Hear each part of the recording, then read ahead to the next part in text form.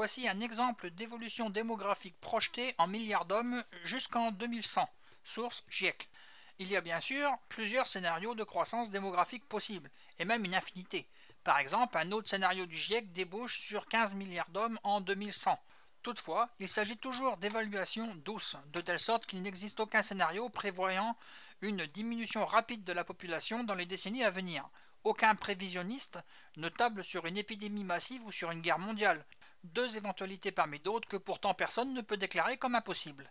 Un scénario n'est donc rien d'autre que la réponse à des hypothèses bien précises et plus ou moins probables et exhaustives, et personne ne peut parler de prévision exacte, par nature impossible à faire. Voir les vidéos sur les modèles climatiques. Les consommations d'énergie peuvent aussi fortement augmenter sous l'effet de la croissance économique, sachant que la corrélation entre la croissance de la consommation d'énergie et la croissance économique est actuellement assez forte avec notre système socio-économique en vigueur, ce qui marche dans les deux sens. Une bonne récession, il n'y a aujourd'hui rien de tel pour faire baisser la consommation d'énergie. Ce zoom sur les années récentes illustre la corrélation mentionnée ci-dessous. On constate facilement une brusque contraction de la consommation énergétique des pays composant l'ex-URSS au début des années 90, juste après la chute du communiste, en vert clair, au moment où ces pays ont enregistré une très importante récession. Cette évolution est aussi marquée, quoique moins facile à lire sur le schéma, pour les anciens pays communistes d'Europe de l'Est, non OCDE d'Europe. Les chocs pétroliers, lorsque les prix de l'énergie augmentent, de 1974 et 1979 et 1990, ne conduisent qu'à une stabilisation au niveau mondial, mais pas à une diminution significative. Les consommations d'énergie vont aussi fortement augmenter à cause d'un souhait d'augmentation de la consommation d'énergie par habitant. Et pourquoi est-ce que nous aurons cette augmentation en continuant comme maintenant ? Parce que dans les pays occidentaux, nous consommons de plus en plus de produits manufacturés, dont la fabrication coûte de l'énergie et engendre des émissions de gaz à effet de serre. C'est la fameuse augmentation de la consommation des ménages, que tout le monde considère généralement comme étant une bonne nouvelle. Nous nous déplaçons plus souvent et plus loin, et considérons cette possibilité comme un droit non négociable. Nous mangeons de plus en plus de viande. Enfin, cette augmentation semble s'être un peu stabilisée récemment. Or, la production de viande, étonnamment, requiert une grande consommation d'énergie fossile. Dans un kilo de bœuf, il y a plusieurs kilos d'hydrocarbures. Bref, la croissance économique, la fameuse croissance qui est considérée comme une bonne tendance, a tendance à nous faire consommer plus d'énergie, même avec la dématérialisation de l'économie. Et parce que dans les pays en développement, les habitants aspirent à rouler en voiture comme nous, ils aspirent à prendre l'avion comme nous, ils aspirent à consommer beaucoup de biens de consommation comme nous, ils aspirent à manger beaucoup de viande comme nous. La consommation de viande a été multipliée par 5 en France de 1800 à 2000, et je suis prêt à parier mes économies qu'une évolution semblable s'est produite dans un bon nombre de pays occidentaux. Bref, ils aspirent à notre mode de vie, particulièrement à celui des Américains, qui sont les plus gros consommateurs d'énergie par habitant de la planète, et qui, à travers leurs exportations audiovisuelles, qui sont les premières au monde, peuvent montrer la manière de vivre à la planète entière. À l'évidence, nous ne saurions les empêcher d'augmenter leur consommation de manière pacifique, sans changer nous-mêmes nos modes de vie. Il existe de nombreux scénarios concernant la consommation d'énergie à l'avenir, et les émissions de gaz à effet de serre qui sont associées. On peut trouver sur le site internet de manicor.com une description de sommaire des scénarios utilisés par le GIEC pour alimenter les modèles climatiques, ou encore sur une autre page, quelques réflexions sur les scénarios qui figuraient dans le rapport du Club de Rome. Une remarque importante pour finir, les scénarios habituellement diffusés par les grands organismes internationaux, OCDE, World Energy Council, Nations Unies, etc., ne prennent en compte aucun bouclage, c'est-à-dire que la consommation d'énergie n'est infligée par aucun élément négatif qui découle précisément de la consommation d'énergie. Par exemple, aucun des scénarios de ces grands organismes ne considère l'éventualité qu'une conséquence déjà significative du changement climatique vienne tellement perturber les activités humaines que la consommation d'énergie cesserait d'être une fonction croissante. Seul le Club de Rome avait tenté ce genre d'expérience, mais sa méthodologie n'avait pas fait beaucoup de petits au sein des organismes susmentionnés. Mais quels actes de la vie courante font de l'effet de serre ?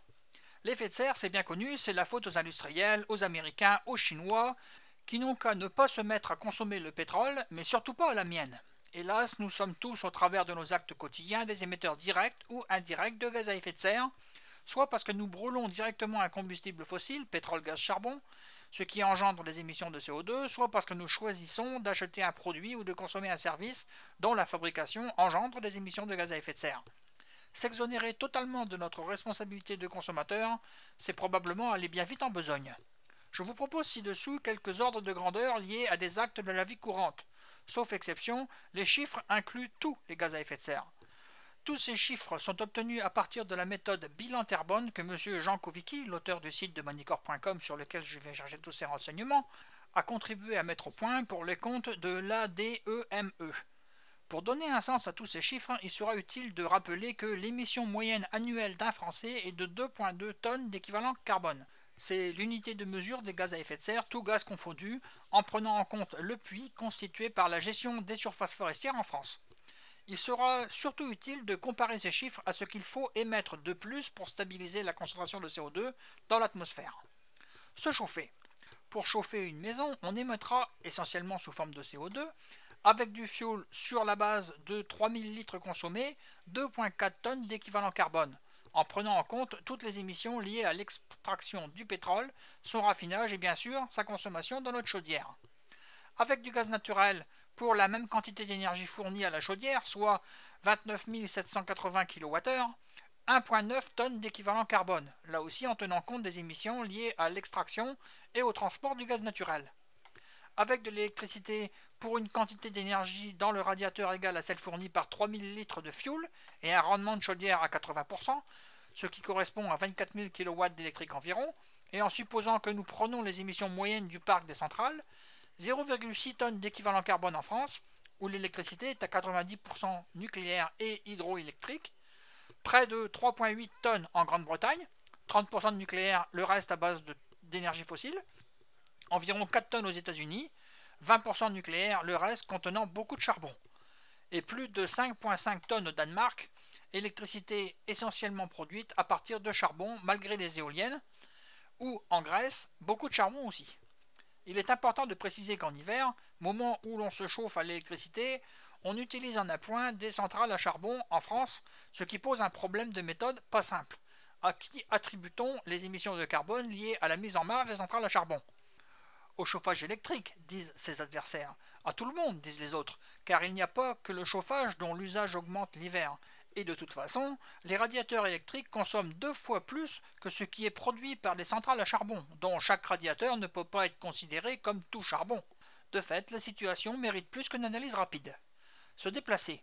Pour un déplacement de 15 000 km, en France, une automobile parcourt en moyenne 14 000 km par an, on émettra, selon le mode de transport utilisé, une voiture à essence de petite cylindrée, à la campagne, donc sans embouteillage, sur une base de 5 litres au 100 km, environ 0,8 tonnes d'équivalent carbone, en tenant compte de la fabrication de la voiture et des émissions du raffinage de l'essence. Par contre, la combustion d'hydrocarbures produit aussi des précurseurs de l'ozone, 2000 fois plus réchauffants que le CO2, et des oxydes d'azote non pris en compte dans les calculs. Une voiture de grosse cylindrée, en zone urbaine, avec une partie de trajet comportant des embouteillages, sur une base de 14 litres au 100 km, environ 2 tonnes d'équivalent carbone. En outre, les grosses voitures parcourent un kilométrage annuel supérieur aux petites. Elles font plus près de 20 000 km par an que 15 000. En RER, un banlieusard allant travailler à 30 km de son domicile, ou en train, 10 allers-retours Paris-Marseille, seulement 35 kg d'équivalent carbone par personne, sans tenir compte de la fabrication du train. C'est 5 à 10 fois plus à l'étranger, sauf en Suisse et en Suède, soit 20 à 30 fois moins qu'une personne seule en petite voiture. Un avion court courrier, 10 allers-retours Paris-Marseille, environ 1,2 tonnes équivalent carbone par personne, en tenant compte de tous les gaz. En seconde classe, soit 40 fois plus qu'en train, et même 2,7 tonnes d'équivalent carbone en classe affaires, car en classe affaires on occupe plus d'espace au sol. En avion long courrier, un aller-retour Europe-USA, environ 0,9 tonnes de carbone par personne, en tenant compte de tous les gaz. En seconde, mais 3,15 tonnes en première, et en Concorde c'était probablement encore plus, soit 25 à 80 fois plus qu'en bateau, avec lesquels on émettrait 40 kg d'équivalent carbone environ.